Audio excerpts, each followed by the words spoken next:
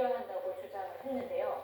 지난 2015년 오바마 대통령 당시 체결했던 이란 핵 합의에 대부분의 제한 조치가 점진적으로 없어지는 이른바 일몰 조항이 포함되어 있었던 것을 비판하면서 핵 합의의 무기한 유지를 요구해 왔습니다. 일기 행정부 당시 이란 핵 합의에서 탈퇴한 트럼프 대통령이 예전 합의의 한계를 넘어서는 합의를 원하고 있기 때문입니다. 월스트리트저널은 트럼프 대통령이 강경파와 공화당 의원들의 압박으로 윗코프 특사가 이번 협상에서 강경한 자세로 임하고 있어서 이란으로서는 좀 수용하기 어려울 거라고 분석하기도 했습니다.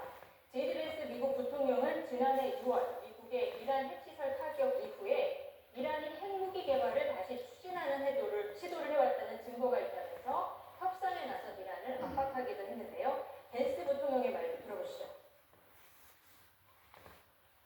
But the principle is very simple. Iran cannot have a nuclear weapon. If they try to rebuild a nuclear weapon, that causes problems for us. And in fact, we've seen evidence that they have tried to do exactly that.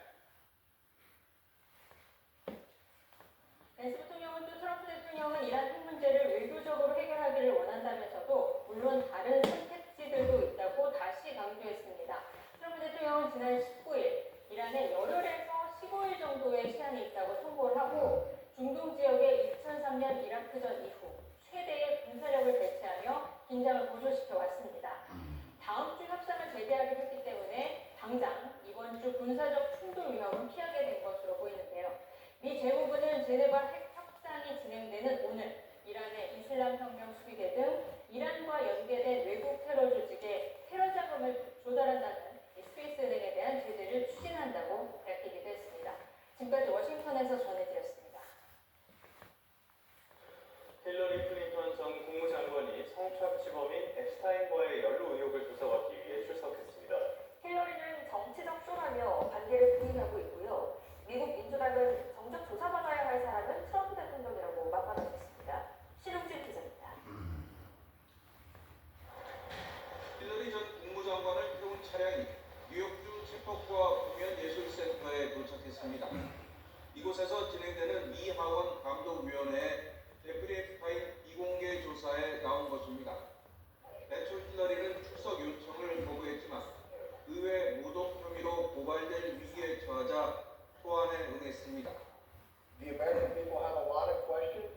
To my knowledge, the Clintons haven't answered very many, if any, questions about their knowledge or involvement with Epstein and Maxwell.